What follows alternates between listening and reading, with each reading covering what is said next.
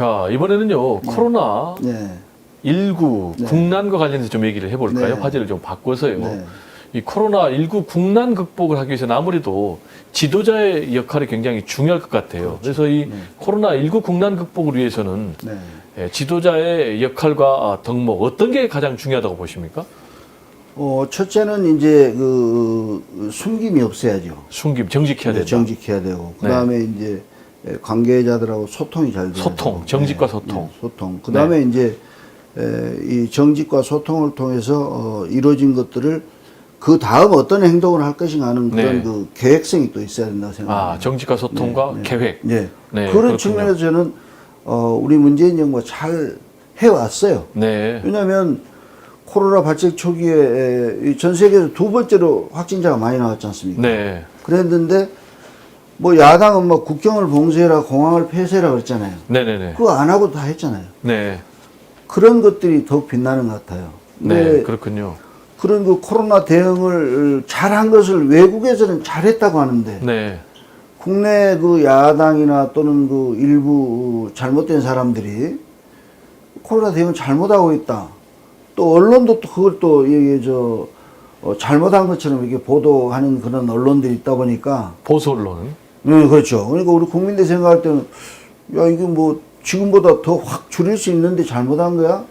그런 것들이 좀 잘못된 것이 반성해야 될 사람들이고, 두 번째는 지금 코로나 이 대응을 하는 우리 대응팀들 보면 정말 이 추위에 엄청나게 고생하지 않습니까? 그렇습니다. 그러면 이제 정부에서 집합을 좀 자제해라 뭐 이렇게 해라면 좀 호응해 줘야 되는데 그렇지 못한 그런 집단들이 있어가지고 많이 좀 아쉽죠.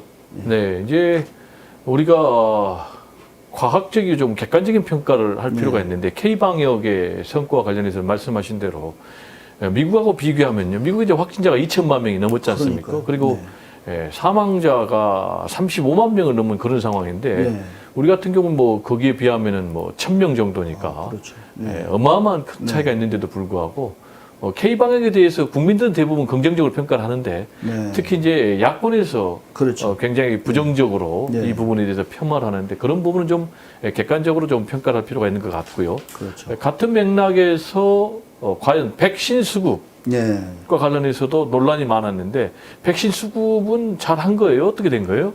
백신 수급은 저는 잘 하고 있다고 생각합니다. 정부 입장에서는 최초 개발된 백신을 무작위로 이렇게 들어올 수는 없는 거예요. 네.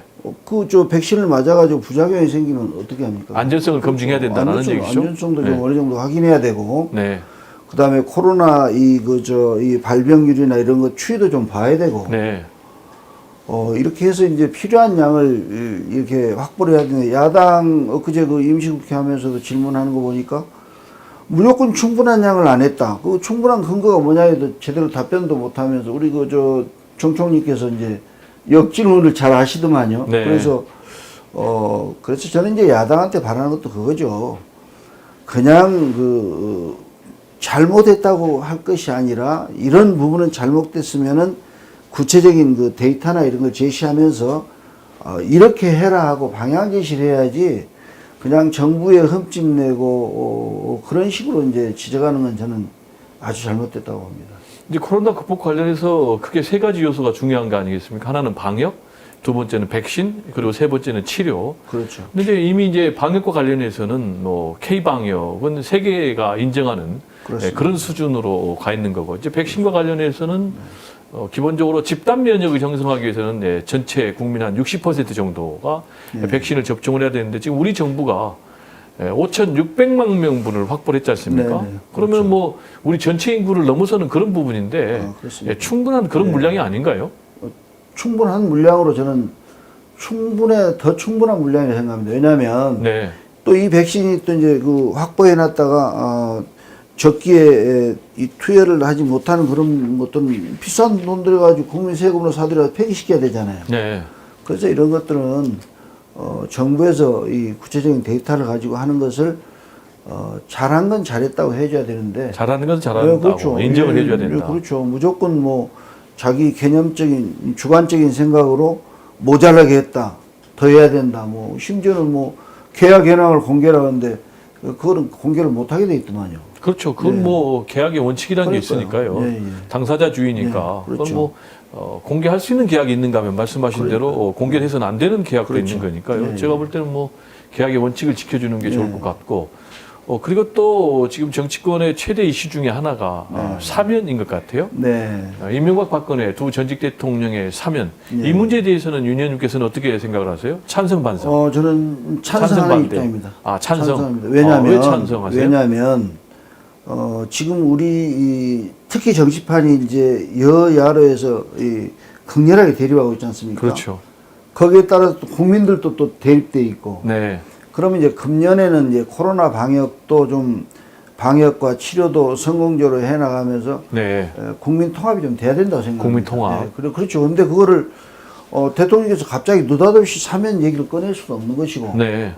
그 일을 그 인기 없는 일이죠. 네. 인기 없는 일인 줄 알면서 당대표 입장에서 한번 이 화두를 던져서 우리 당원들의 생각은 어떤지 네. 또 전체 국민들의 여론은 어떤지 한번 보고 그다음에 이제 뭐 여건이 성숙되면 즉 박근혜 대통령 형이 확정되고 나면 국민 여론을 고려해서 적절한 시기에 대통령이 건의하는 나는 우리 이낙연 당대표께서 잘 했다고 생각합니다. 네, 말씀하신 대로 사면 카드가 인기 없는 일이라고 그렇죠. 평가를 하시는데 그러면 궁금한 게 네. 이낙연 대표는 인기 없는 일을 왜 했을까요?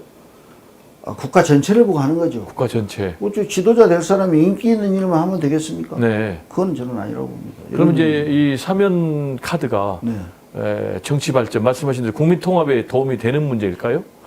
그게 상당히 입장이 갈리는 것 같아요. 그렇죠. 이제 저도 지난 주말에 이제 우리 유권자들을 만났는데 똑같은 자리에서 한 10분 간격으로 만났는데 한 분은 그 사면을 해야 된다고 강력히 주장을 네. 하고 한 분은 어떻게 출범시킨 정부인데 지금 벌써 사면 얘기를 하냐고 이제 강하게 또 반발하시고 하는데 네. 우리 국민들도 다 이렇게 혼재되어 있다고 봅니다. 그러면 그거를 이렇게 화두를 던져놓고 국민 여론을 보고서 당대표께서 이제 판단해가지고 대통령께 건의를 하든지 안 하든지 저는 적절한 시기에 잘 화두를 던졌다고 봅니다. 아, 그렇군요. 이제 이번에 문재인 대통령께서 신년사에서 네. 사면에 대해서 전혀 언급을 안 했어요. 그리고 국민통합이라는 용어 자체도 오해를 불러일으킬 수가 있다. 그래서 포용이라는 단어로 바꿨는데 신년 기자회견에서는 뭐 기자들의 질문이 나오면은 뭔가 거기에 대해서 답변을 하실 가능성이 높은데 문재인 대통령 앞으로 이 사면에 대해서 어떤 결론을 내릴 것으로 전망하세요? 전망입니다. 그 대통령한테 물어보셔야지 저한테 물어보십니까? 그러니까요. 우리 한번 알아볼까요? 윤 의원님께서 한번 맞춰보세요. 제 생각에는 네. 아마 우리 문재인 대통령님도 워낙 신중하신 분이라서 그렇죠. 그렇게 우리가 그랬어 하는 그런 생각을 가질 만한 그런 말씀은 안 하실 것 같습니다. 네. 그 얘기는 원칙론적인 입장을 표명할 것이다. 그렇죠.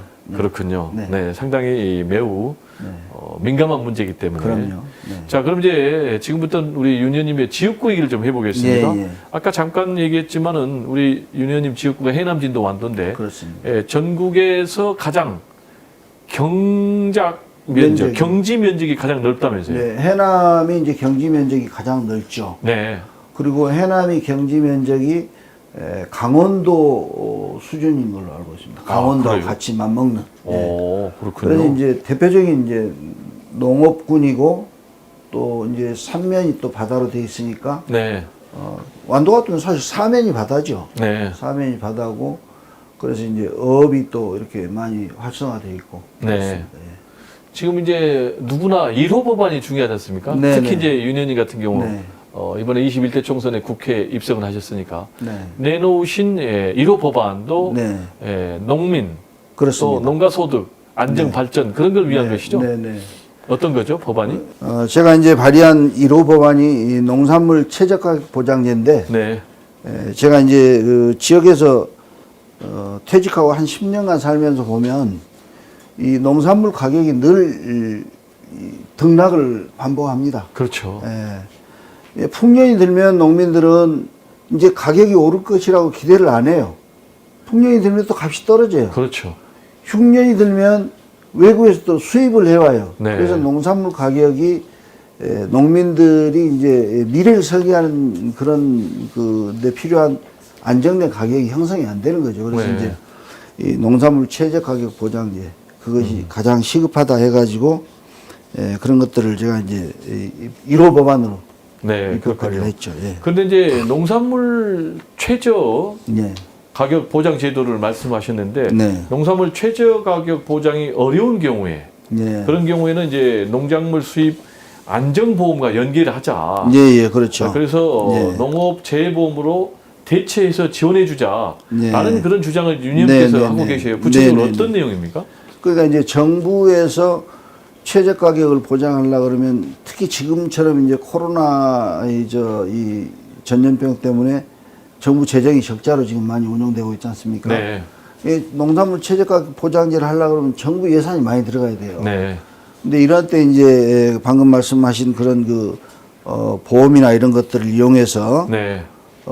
한다면 정부의 재정 부담을 좀 줄이고 농민들한테는 또 소득이 향상이 되고 이런 혜택이 갈 수 있다는 그런 생각인 거죠. 네. 그렇죠. 근데 이제 중앙정부에서는요.